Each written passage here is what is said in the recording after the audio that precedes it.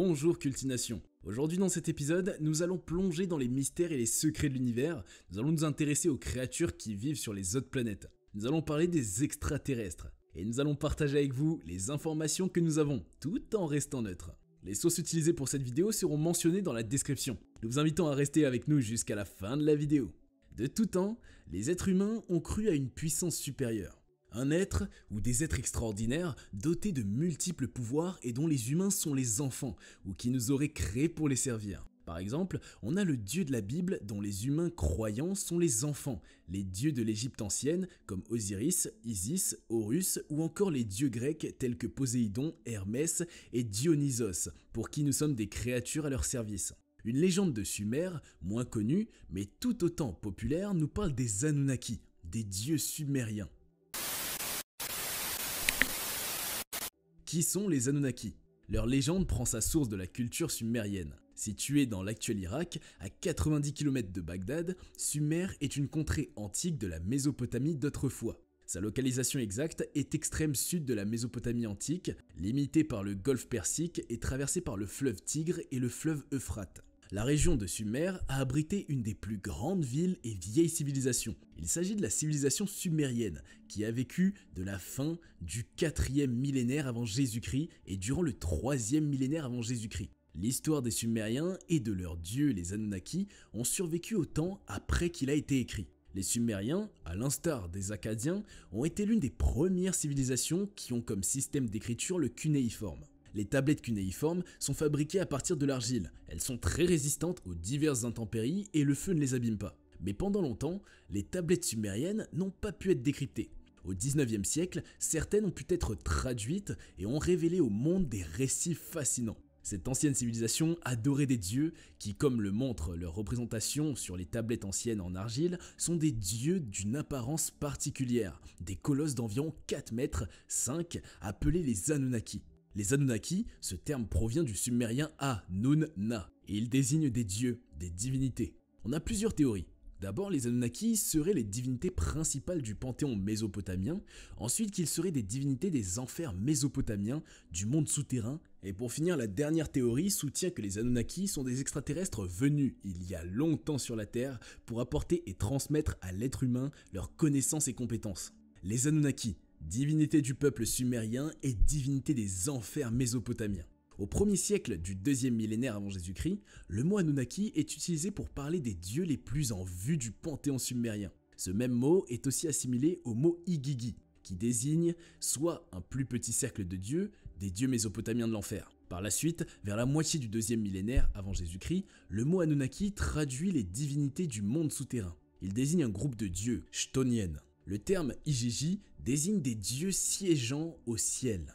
Selon Enuma Elish, signifiant épopée de la création ou lorsqu'en haut, en akkadien, le livre le plus complet de la mythologie babylonienne, on a un ensemble de 600 Anunnaki.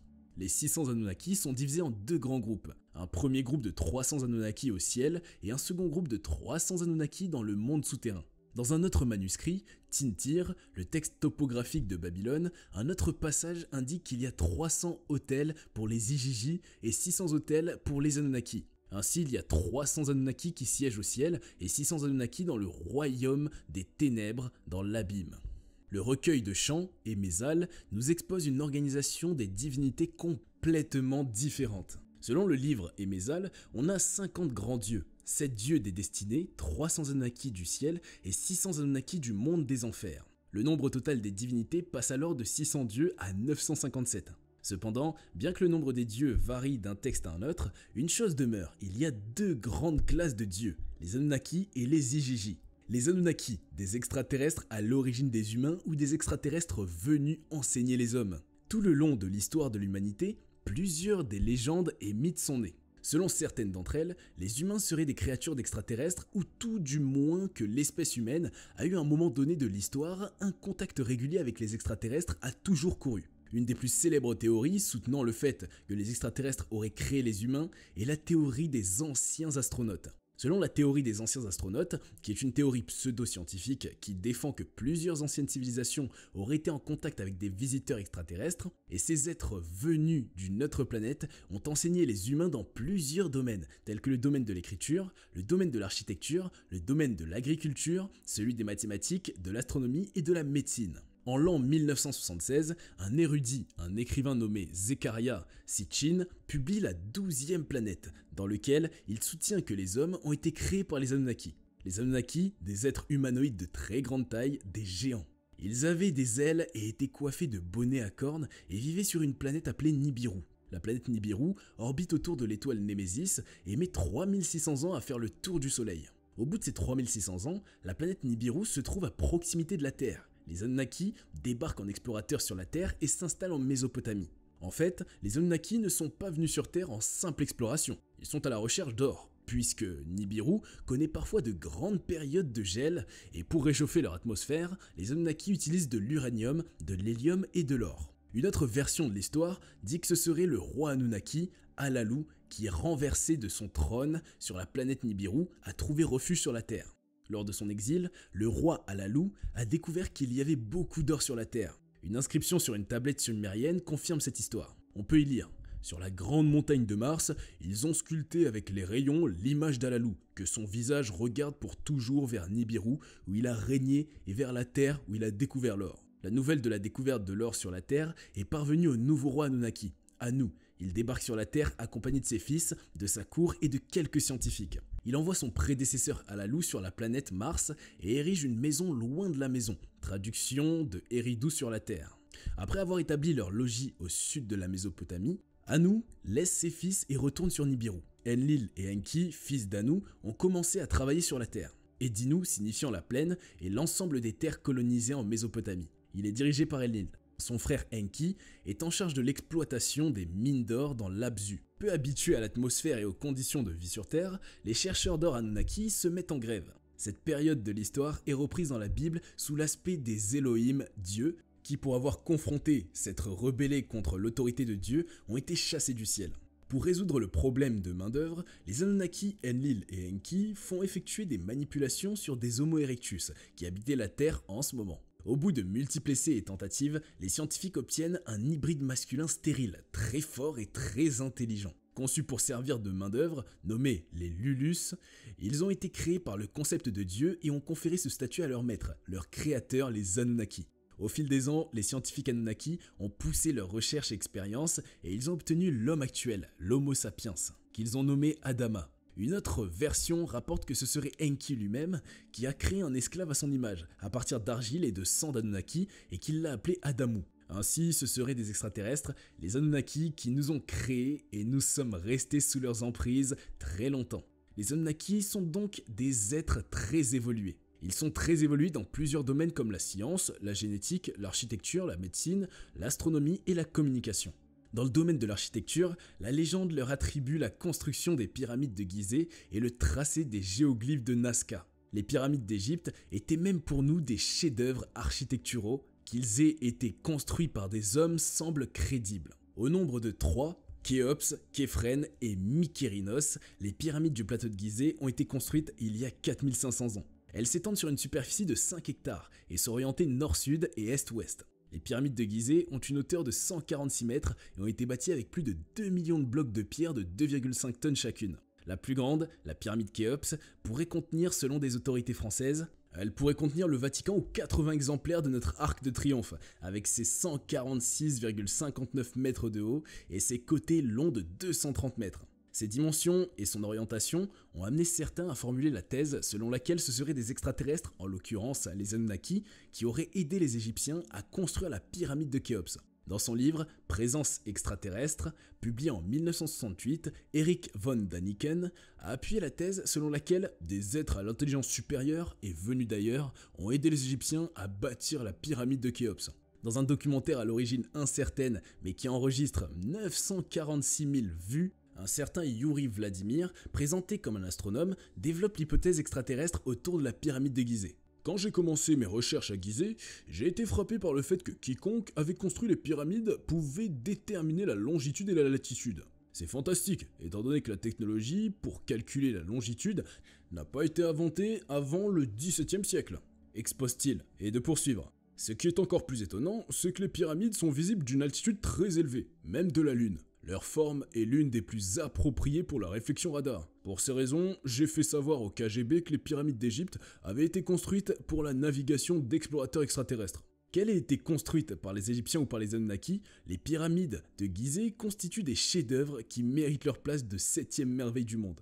Une autre légende fait référence aux talents architecturaux des Anunnaki. Il s'agit des géoglyphes de Nazca au Pérou, découverts en 1927. Les archéologues les attribuent à la civilisation Nazca, une civilisation pré-inca qui a vécu entre 300 avant Jésus-Christ et 800 de notre ère. Située dans le désert de Nazca, dans le sud du Pérou, les lignes tracées sur le sol couverts de cailloux que l'oxyde de fer colore en rouge, quand ils sont enlevés, les caillasses laissent apparaître un sol gypseux grisâtre. Les géoglyphes de Nazca sont de grandes lignes tracées sur le sol et qui représentent des animaux, des oiseaux, des singes, même un chien et un cachalot. Compte tenu de leur taille et de leur complexité, certains pensent que les géoglyphes de Nazca sont de pistes d'atterrissage des extraterrestres. Ces tableaux grandeur nature sont attribués aux Anunnaki. Ils les auraient tracés pour s'en servir comme lieu d'atterrissage de leurs vaisseaux spatiaux. Un autre site est cité comme potentiel site d'atterrissage des vaisseaux des Anunnaki, il s'agit de Stonehenge. En ancien anglais, Stonehenge signifie les pierres suspendues. C'est un ensemble de mégalithes disposés de façon circulaire qui date de la période du néolithique à l'âge de bronze, plus précisément entre moins 2800 et moins 1100. Il se trouve en Angleterre, à 16 km de Salisbury. La disposition particulière de ces gros blocs de pierre ont fait dire à certains qu'ils auraient été mis là par les Anunnaki pour leurs vaisseaux. Les connaissances en astronomie que détenaient les Sumériens est incroyable. Ils avaient connaissance sur les 9 planètes du système solaire, les astéroïdes, les comètes et les étoiles lointaines dont nous avons eu connaissance après de nombreuses années d'études, de recherches et d'observations. Les Sumériens parlent d'une 10e planète, qui est la planète d'origine des Anunnaki. Ce seraient ces derniers qui leur auraient transmis ces connaissances. Les récits laissés par les Sumériens mentionnent la technologie et la communication très développée des Anunnaki. Ils possédaient des tubes électroniques à vide, semi-conducteurs et des lasers, mais aussi radios, des avions, des fusées et des satellites artificiels, et des ordinateurs et des robots. Les Anunnaki ont enseigné aux Sumériens les mathématiques. Ils leur ont transmis des notions dans les domaines comme l'arithmétique, l'algèbre, en géométrie et beaucoup d'autres notions. Sur la base de ces connaissances, les habitants de Sumer ont créé un système sexagésimal, basé sur le nombre 60. Par la suite, ils ont procédé à la division, nous leur devons la division du cercle et du ciel en 360 degrés et la division des heures en 60 minutes puis en 60 secondes. Les Sumériens, pour mieux étudier le ciel, ont rangé les étoiles en groupes. Ainsi, on a obtenu les constellations du Lion, du Taureau, du Scorpion et du Capricorne. Les tablettes Mu-Lapin, datant de l'époque assyrienne vers moins 1000, montrent une démarche plus systématique de l'observation du ciel. On y voit un classement des étoiles et constellations en 3 groupes bien délimités, reliés à 3 dieux. On a Enlil, le dieu du vent, Anu, le dieu du ciel, et Ea, le dieu des eaux douces, respectivement liés au nord, au long de l'équateur et au sud. La structure des constellations du ciel que nous avons aujourd'hui nous vient de ce classement fait par les astronomes sumériens. À cela s'est ajoutée la division du zodiaque en 12 signes de 30 degrés nommés d'après leur constellation principale. En se référant au mouvement de la Lune et au mouvement du Soleil, les astronomes sumériens ont créé un calendrier. Ce calendrier est composé de 12 mois lunaires, un mois lunaire comportant 29 jours ou 30, mais étant donné que l'année est calquée en réalité sur le mouvement du Soleil, l'année peut s'allonger de quelques jours. Pour cadrer ce prolongement et maintenir les saisons, les Sumériens ont inséré un 13e mois qui entre en ligne de compte tous les 3 ans. Les astronomes sumériens nous renseignent sur la périodicité des éclipses qui est de 18 ans. Les Sumériens, aidés des Anunnaki, ont également fait des rapports détaillés et systématiques du mouvement de la Lune, des éclipses, des conjonctions avec des étoiles brillantes. Ils ont aussi répertorié des phénomènes naturels ou sociaux comme les tremblements de terre, les épidémies et niveau des eaux. Les Anunnaki sont les précurseurs de la manipulation génétique. Pour pouvoir créer l'homme, les scientifiques sumériens auraient pris un ovule du Homo erectus et l'ont fécondé par les Anunnaki. Cet acte est aussi possible de nos jours. Il s'agit de la fécondation in vitro ou fécondation médicalement assistée. Pour y arriver, nous avons mis des dizaines d'années de recherche et de tentatives ratées. Les Anunnaki ont donc effectivement une longueur d'avance sur nous dans le domaine de la médecine génétique et de la procréation assistée. La légende raconte que les Anunnaki maîtrisent l'art du clonage. C'est cela qui leur a permis de créer le nombre de serviteurs, d'esclaves dont ils avaient besoin pour chercher l'or. Selon l'auteur Neil Freer, les Anunnaki auraient réussi avec leur technologie biomédicale très développée à prolonger leur durée de vie. Une légende des textes anciens rapporte que les habitants de la planète Nibiru, les Anunnaki, avaient le pouvoir de réveiller les morts. Et ce sera tout pour aujourd'hui. Cette vidéo vous a plu? Dites-nous ce que vous en avez pensé en commentaire. Voudriez-vous en savoir plus sur les autres formes de vie dans l'univers? Et quelles sont les prouesses dont ils sont capables? Quels autres sujets aimeriez-vous qu'on aborde? Faites un tour sur nos autres vidéos, en attendant la prochaine qui ne saurait tarder. N'oubliez pas de cliquer sur la petite cloche pour activer la notification, pour être averti dès que nous allons poster la vidéo, et ne pas manquer de vous informer sur des sujets intéressants et passionnants. Merci beaucoup et à bientôt sur Cultination.